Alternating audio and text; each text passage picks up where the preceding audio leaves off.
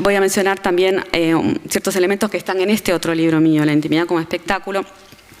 Particularmente esta transformación de la intimidad en otra cosa, ¿no? Que podríamos llamarla extimidad, porque en la definición de intimidad forma parte de la definición de intimidad la necesidad de ocultar, ¿no? De preservar en la privacidad del hogar, por ejemplo, ¿no? Las paredes del hogar.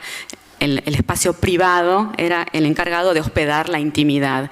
En el momento en que eso que llamábamos intimidad se hace público y visible, entonces tal vez el término intimidad ya no sirva más para nombrarlo, sino que es otra cosa. Entonces tal vez extimidad pueda ser una palabra que podemos usar para eso. Es otro fenómeno contemporáneo que también forma parte, ¿no? De estas transformaciones en la subjetividad y que está relacionado con las tecnologías, pero de nuevo no está causado por las tecnologías, ¿no? No es porque tenemos Internet que esto sucede, sino que Internet la tenemos porque ya esto estaba sucediendo y entonces la usamos para eso. El caso de los selfies, por ejemplo, que es una palabra que nadie conocía hace 3 años, para poner una fecha, y ahora todo el mundo sabe lo que es la palabra del año. Las imágenes que más hay en Internet son selfies, en Internet y en todos lados. Entonces es algo muy reciente y expresa esto también, ¿no? Forma parte de esta misma transformación en las subjetividades, ¿no? En contacto con las tecnologías, pero no causadas por ellas, sino canalizadas por las tecnologías y reforzadas, ¿no? Las redes sociales, ¿no? Que nos ofrecen una vitrina, una vidriera para mostrar la extimidad, o bueno, quiénes somos, lo que hacemos, cómo somos muy lindos, inteligentes y los mejores, ¿no? Y que los otros nos aplaudan. Se usa mucho para eso, ¿no? Pero son canales, son vidrieras, ¿no? Canales tecnológicos que nos permiten canalizar, ¿no? Esta novedad, estas nuevas formas de vida. Entonces, estas nuevas formas de vida posibilitadas por las tecnologías también, estimuladas por las tecnologías, pero también hay un suelo cultural anterior, ¿no? Que movió a inventarlas y por eso también se han popularizado tan rápidamente. Entonces, con ellas también aprendimos a vivir de esta forma, visibles y conectados, ¿no? Que son modos de vivir con las nuevas tecnologías, ¿no? Pero no por ellas, sino que ellas nos permiten vivir de esta forma. Creo que en ese sentido estos dos elementos, visibilidad y conexión, son dos factores fundamentales, ¿no? Somos dos vectores constituyentes de las subjetividades contemporáneas, o sea, de los modos de ser actuales.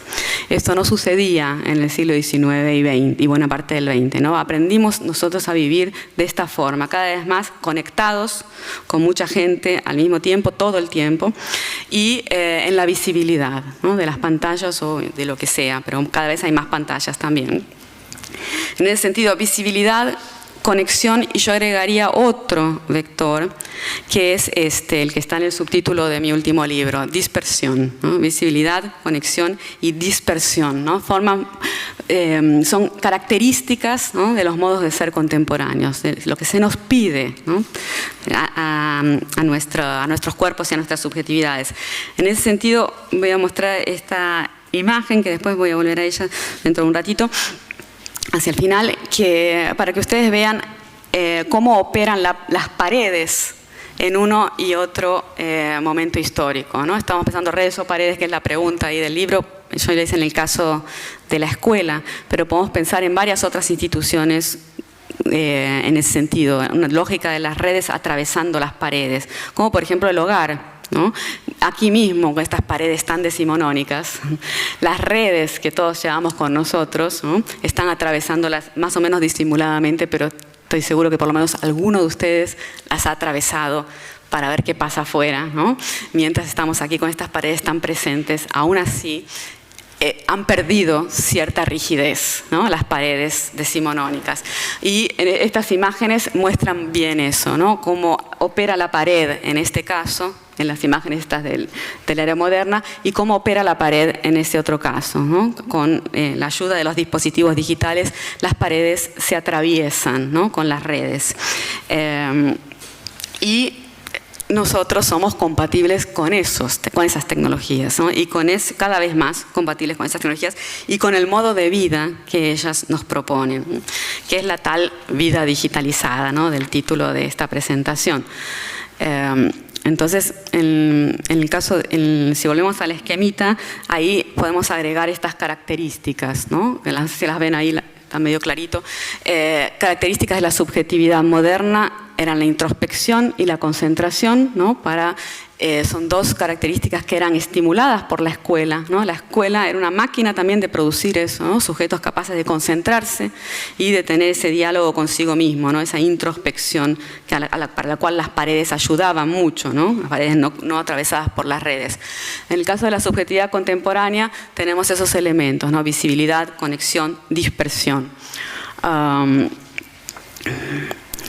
Sí, acá está esta idea de la escuela como una tecnología de época, ¿no? Compatible con los cuerpos y las subjetividades modernos que tenían que tener capacidad de concentración e introspección, ¿no? Y para eso el tema de las paredes es fundamental.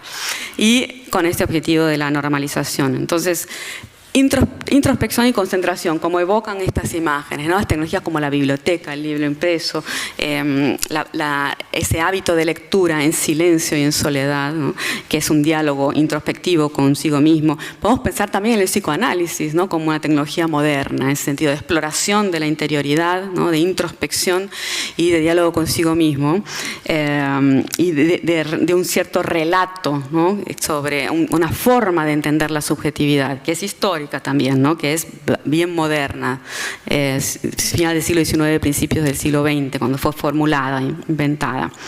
En este caso, en las paredes atravesadas por las redes, la introspección y la concentración se han vuelto como mínimo difíciles, ¿no? Problemáticas. Difícil encontrar la posibilidad, ¿no? Aunque uno quiera, ¿no? Cuando uno quiera leer un libro o encerrarse, es muy difícil lograrlo. Aunque uno apague los celulares y diga, bueno, voy a estar Es difícil porque ya nosotros somos compatibles con ese ritmo disperso, visible, conectado.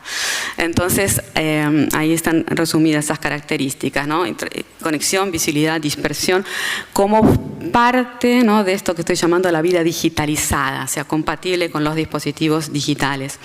Otro elemento que me gustaría mencionar para ir terminando es este de la crisis de la interioridad, ¿no? Es muy complejo, ¿no? Es un fenómeno muy complejo.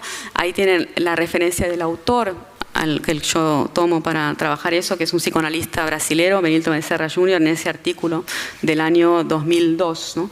La idea de que la interioridad, ¿no? Esa esencia que es invisible a los ojos, ¿no? Y que es más importante y verdadera que las vanas apariencias, ¿no? Todas esas frases que suenan un poco anticuadas, ¿no? La belleza interior, en fin, lo que importa es lo de adentro, y las apariencias son frívolas o vanas o mentirosas.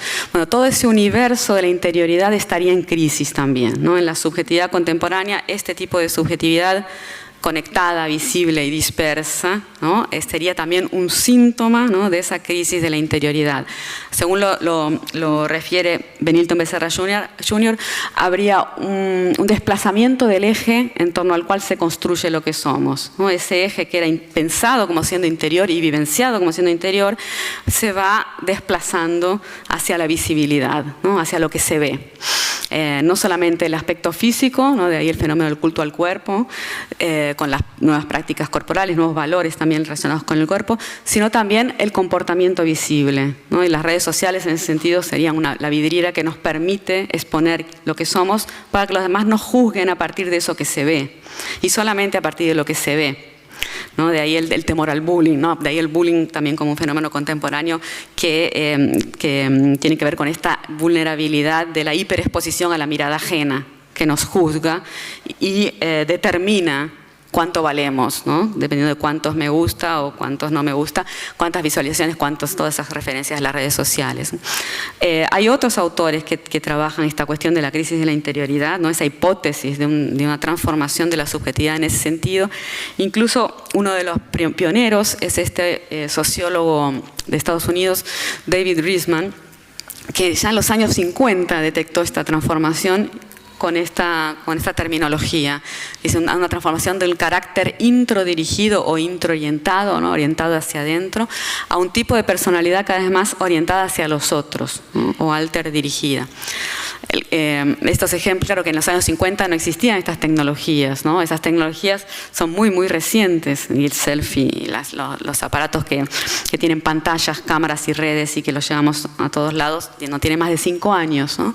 Sin embargo, estaba siendo mapeado todo esto bastante antes, ¿no? De ahí la idea de que estos dispositivos son consecuencia de transformaciones históricas que luego las van reforzando, ¿no? Pero que las canalizan, ¿no? O sea, nos permiten de alguna manera vivir de esa forma, ¿no?